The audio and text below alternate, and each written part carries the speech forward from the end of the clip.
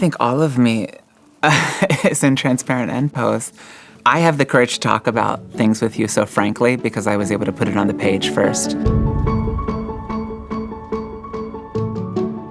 I'm an obsessed fan of Dolly Parton. So she was doing 9 to 5 in New York the same time that I started doing these shows that I called The Gospel of Dolly.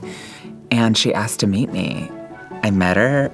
I thought she was going to threaten me with a lawsuit for singing her songs. But instead, she wanted to thank me for putting her music out there in the world, even more than it's out there. I did RuPaul's Drag Race for 2 seasons. I played piano on that. That was my first TV set. My last big music gig was performing with Sia at the Hollywood Bowl. A couple weeks later, I got Transparent, and I had to give up music and focus on my writing.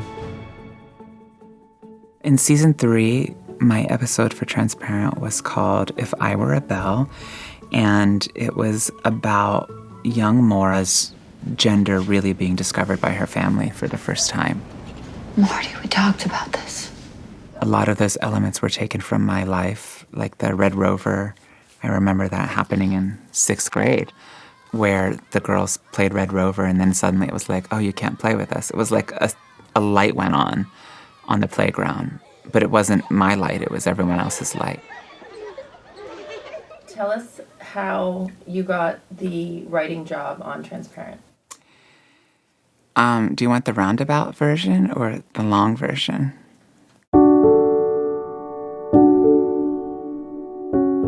I was born in southern central Pennsylvania in Franklin County. I'm not even going to say the town because it's so small. I have 2 great-grandparents who came from Mennonite families, and then they became evangelical Christians. So I was raised as an evangelical Christian in a village. Every time I would go to church, the preacher talked about how gays are an abomination. It was a very bad place to have children exposed to the sermons. The things that I heard in the 80s were that, everyone deserved to, the people who got AIDS deserved it. And there was a lot of homophobia, a lot of transphobia, and it was a really shitty place. I was bullied a bit in elementary school. I just remember hearing every day, Toby was my biggest bully. He used to say, I'm going to kill you, you fucking faggot. And every day I heard that. And then I just stopped speaking to everyone. And so they sent me to a counselor when I was 6 to try to get me to speak.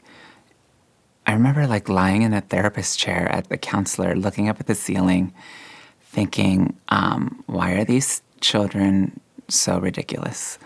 And how am I going to get out of this town? But that's when I found the piano. I started playing piano, and it became this amazing expression where I didn't have to speak, and yet people understood me.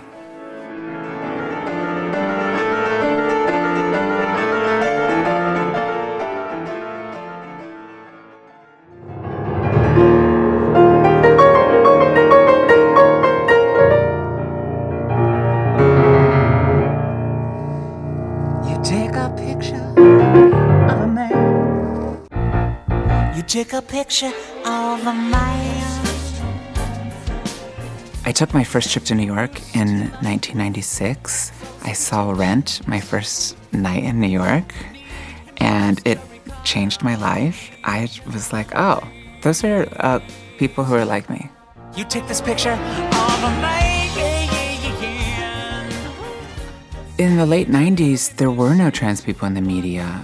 I remember seeing RuPaul, which was really exciting. Ru had a lot of fun with gender and really never said exactly what she was or what he was. So there was a lot of freedom in there for me to project my own experience on.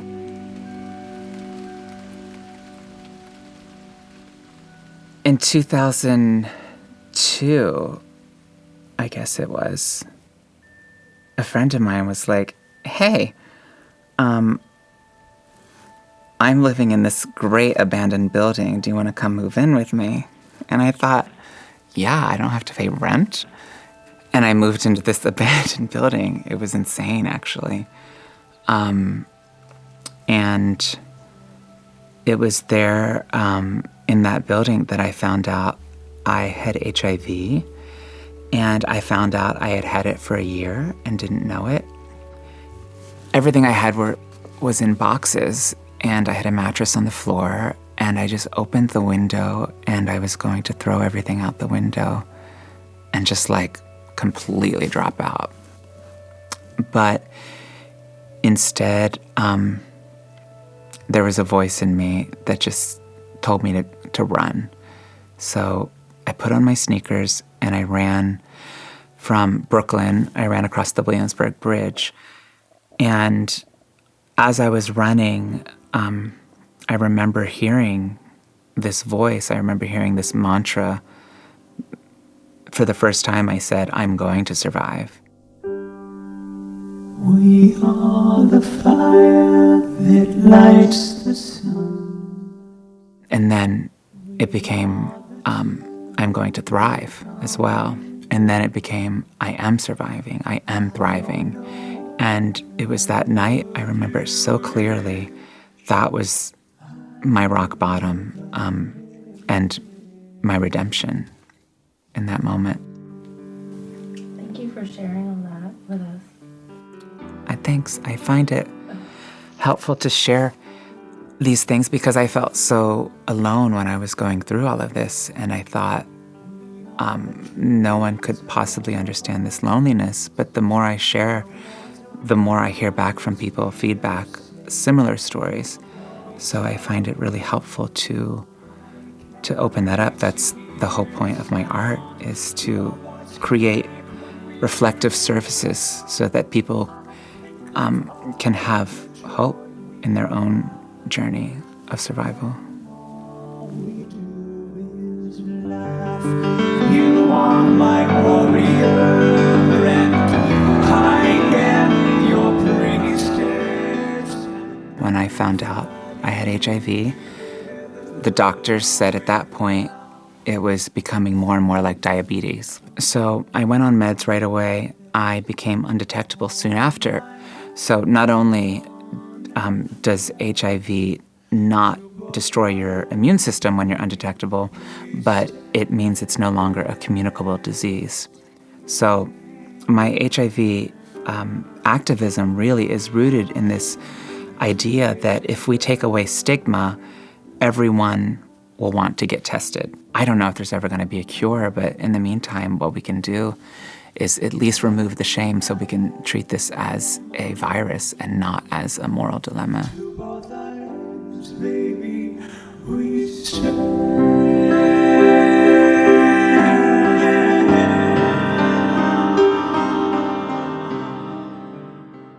you want to hear some Rachmaninoff? I moved to LA to continue my music career. And the thing that I found was that people saw my gender before they heard my music. And they wanted me to perform gender, which meant get up and dance. So I started exploring other areas of artistic expression. And one of the things that I learned from touring was that the little stories that I would tell in between the songs often got a lot of laughs. So I thought I would put together a stand-up act.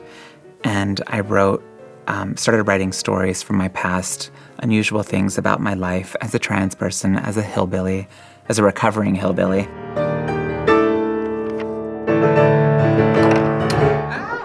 And when it came time for Transparent to hire a new writer for season 2, I had all of this material from my stand-up act. So overnight, I put together a short story and I sent it off to Jill.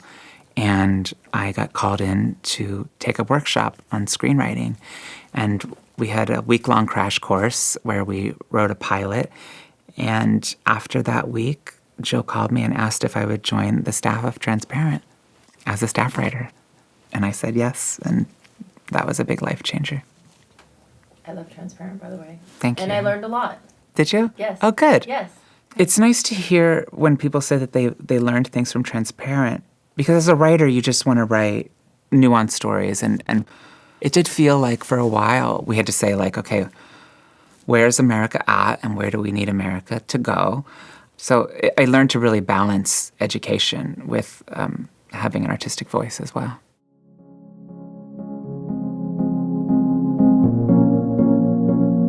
My magic hour is late at night. I love writing when everyone's asleep, when no one's emailing, no one's on social media. I can just turn the world off and listen to my thoughts or listen to the spirits or the stories that need to be told. It's hard to play the piano at that time because I live in West Hollywood and my neighbors would hear me. I like to play late at night, but I mostly just write at night. I do my playing early evening at a decent time so the neighbors don't complain.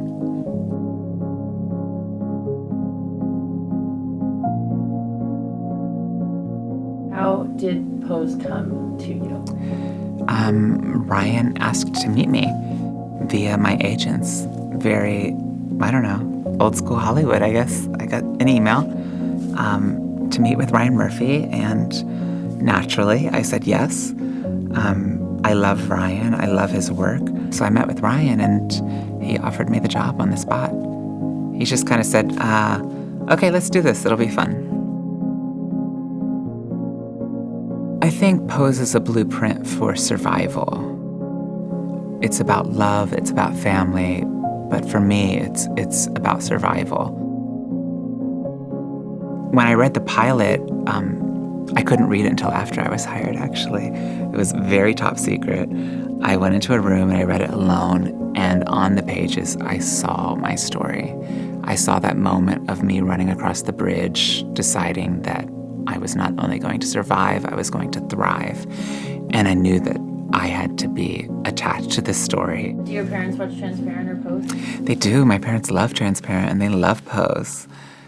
My dad would text me after every episode. He'd be like, oh my gosh, I learned this week, or I learned that. I mean, my parents are really inspiring people.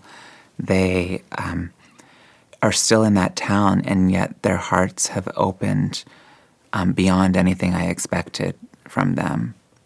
They go to PFLAG now, which is Parents and Friends of Lesbians and Gays. They go to PFLAG in Harrisburg. They're really supportive. They're great people. Have you gone back to the church that you used to go to as a child? No. I don't ever want to go back. I'll write about it. But maybe I'll go back if I write about it. Just for research.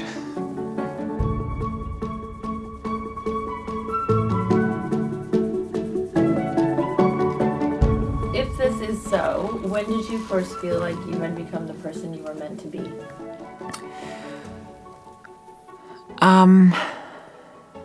I don't want to say too much because I might give spoilers away for stuff. I don't want to give a spoiler.